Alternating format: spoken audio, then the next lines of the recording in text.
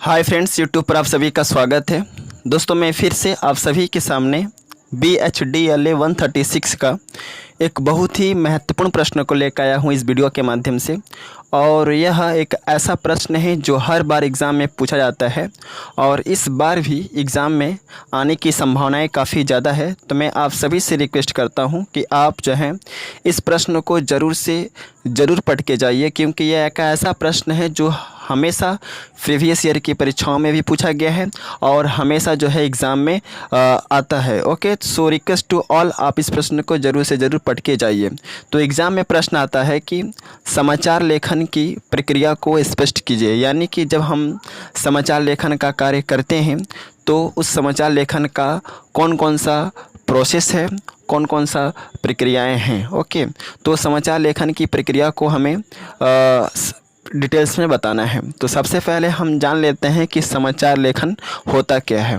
Okay, देखिए, समाचार लेखन की एक ऐसी विधि है जिसके अंतर्गत देश के किसी भी कोने में घटी हुई घटनाओं को, वहाँ की खबरों को, वहाँ की सूचनाओं को हम पत्र पत्रिकाओं के माध्यम से या टेलीविज़न के माध्यम से या रेडियो के माध्यम से श्रोताओं तक पहुँचाते हैं।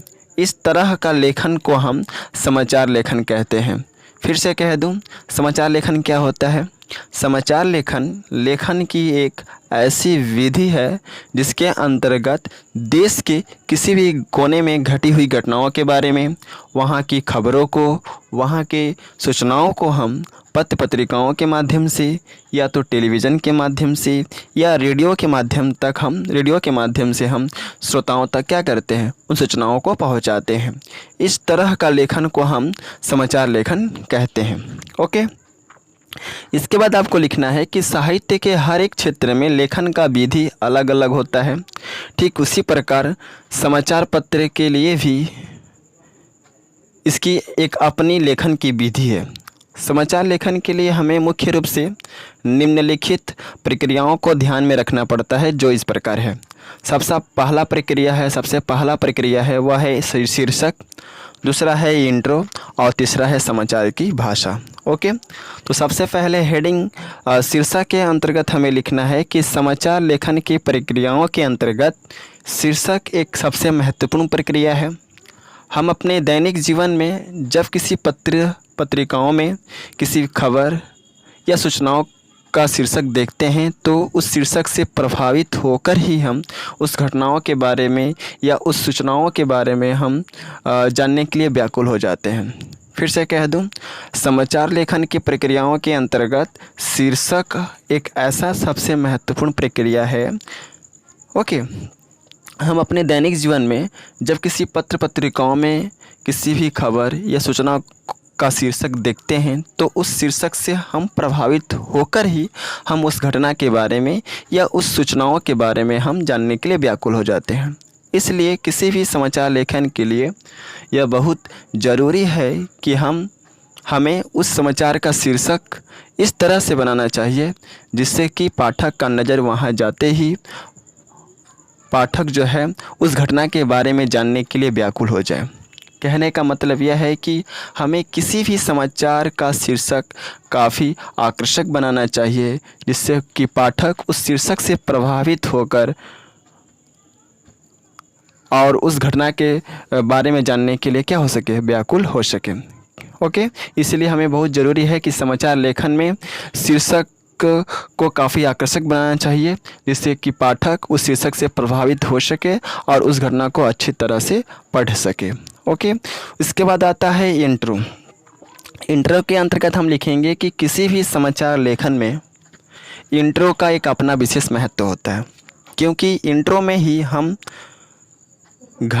उस घटना के बारे में हम अपने श्रोताओं को उस घटना के बारे में थोड़ा सा हिंट्स दे देते हैं जिससे कि श्रोताओं को ये पता चल सके कि आखिरकार इस समाचार में क्या है, कौन सी घटनाएं इस समाचार में बताई गई है।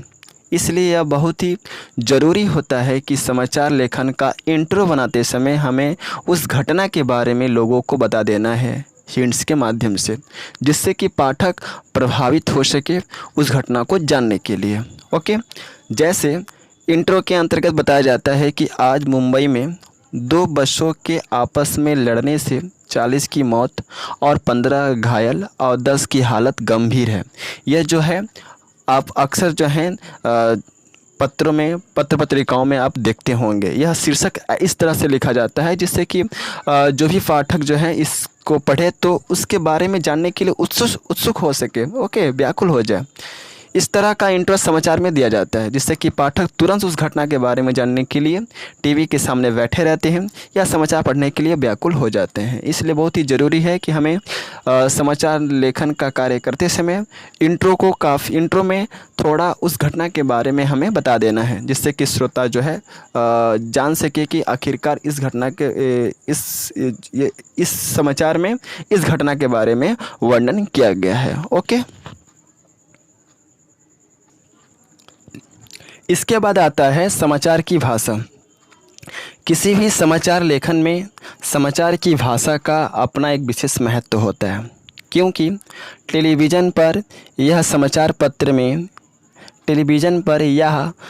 पत्र में वे लोग भी समाचार देखते हैं या पढ़ते हैं जो अशिक्षित हैं, जिन्हें स्कूल या कॉलेज देखने का मौका नहीं मिला। इसलिए बहुत ही ज़रूरी है कि हमें समाचार की भाषा बहुत ही स्पष्ट, बहुत ही सरल और बोलचाल की भाषा का प्रयोग करना चाहिए, ताकि उस समाचार के बारे में सभी लोगों को आसानी से समझ में आ जाए। ओके, तो समाचार की भाषा भी समाचार लेखन का एक प्रक्रिया है। इसलिए भी किसी भी समाचार लेखन का कार्य करने वाले व्यक्ति को चाहिए कि उस समाचार में ऐसे ही भाषा का प्रयोग करें जो आम बोलचाल की भाषा हो, जो भाषा सभी लोगों को समझ में आए, चाहे वह पढ़ा लिखा हो चाहे वह पढ़ा लिखा न हो। ओके, यानी कि एजुकेटेड एंड अनएजुकेटेड सभी पर्सन्स के लिए वह भाषा समझने के योग्य होना चाहिए।